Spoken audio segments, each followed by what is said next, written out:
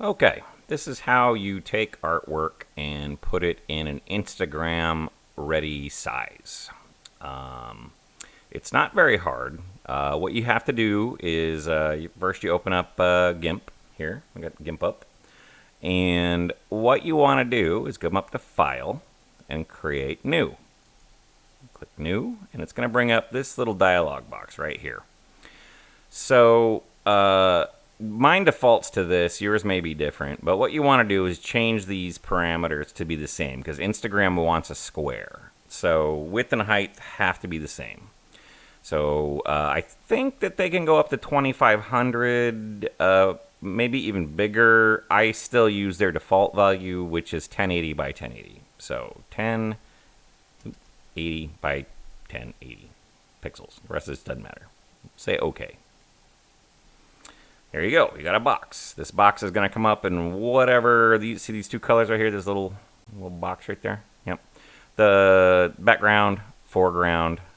If you've used some other colors for some reason, and let's say this back one was red, then this box would be red. Doesn't really matter. Just make sure that the front one, you want to change that to black. So if you click it, you come up with this. All you got to do is just drag this down here to the corner. It turns black. Say OK. Now it's black. Find this paint bucket right here. Bucket fill tool. Click that. And then just come over here and click the white box. Now it's black. Okay. So now, because you said you want it on a black background, you can change that color to literally whatever you want. So now what you want to do is get the artwork open. And so the way you do that is you come up here to File. And you go to Open. And then you find, the picture you're looking for. It's a normal browser. You can make this bigger, smaller, whatever. I kind of preloaded something here. Belmazik bar fight. Big fat file right there. 21 megabytes. Say Open.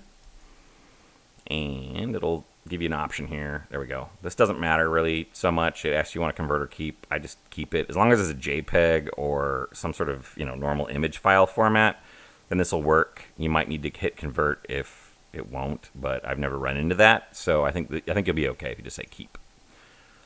Image opens, and you don't have to do this next step. I'm just going to do it to show you something. So it'll always resize to the the size of maximum resolution in your screen.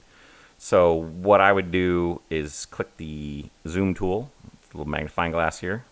It'll give you two options here, in or out. Clearly those are in or out, so I'm going to zoom out. And I wanted to do this to show you one thing, and that's if you look at this picture, you see that it's got a yellow and black dotted border around the outside. You want to select the whole layer, and you do that by hitting Control and A, which is select all, Control and A button, and then it turns it to this white and black one that kind of moves. That means it's selected. Now you go up to the bar up here, and you go to Image, and then you scroll down here to Scale Image, and then it brings up this dialog box. Now, this is the image dimensions that you're looking at, and clearly we're using the Instagram, which was width and height 1080 by 1080. So in order to get this to the right size, you want to make sure that, see this little box right here kind of darkens when I get over it? You want to make sure that that looks just like this right here. If it looks like that, this isn't going to work. So if it's got the little split, it's not going to work. So you want to make sure that it's linked. That means these are linked. So highlight the top image.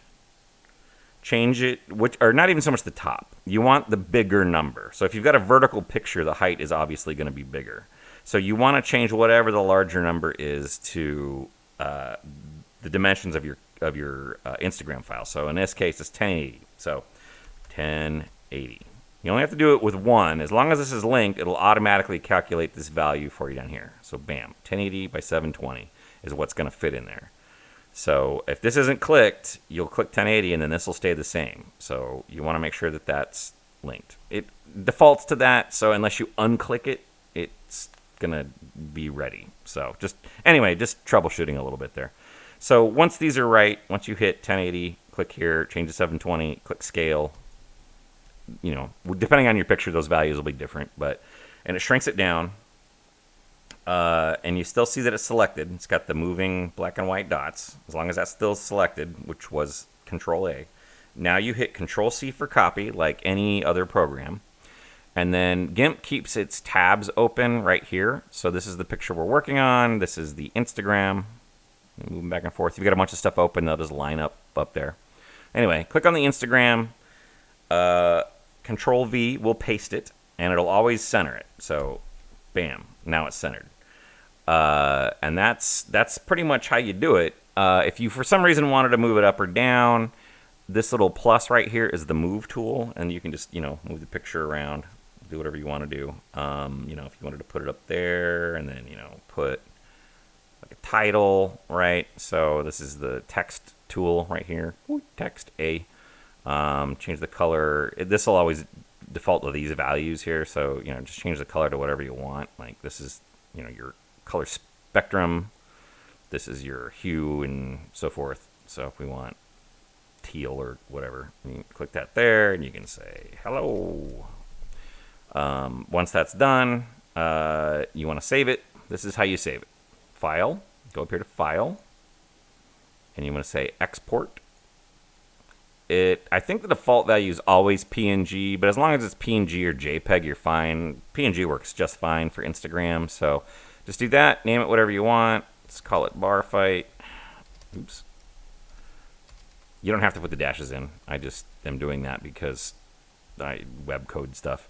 Anyway, so bar fight PNG. Actually, we're going to save it. It'll default the documents. I'm going to put it on my desktop. Whatever. This is just normal navigation window. Just click export. It's going to give you a little option here. Hang on. There it is. This doesn't matter. Honestly, just click export. If for some reason you did check some of these to see what they do, load defaults will set it back to normal. Export. And now it's on your desktop. That's how you do it. You can do that, rinse, repeat. Every time it does the same thing. Like I said, you don't have to have the text in. I just wanted to show you that. Some people will take this data and, like they'll say like, put it over here, and they'll, photo by, and you can change the size here. This is the, you have to select it all first.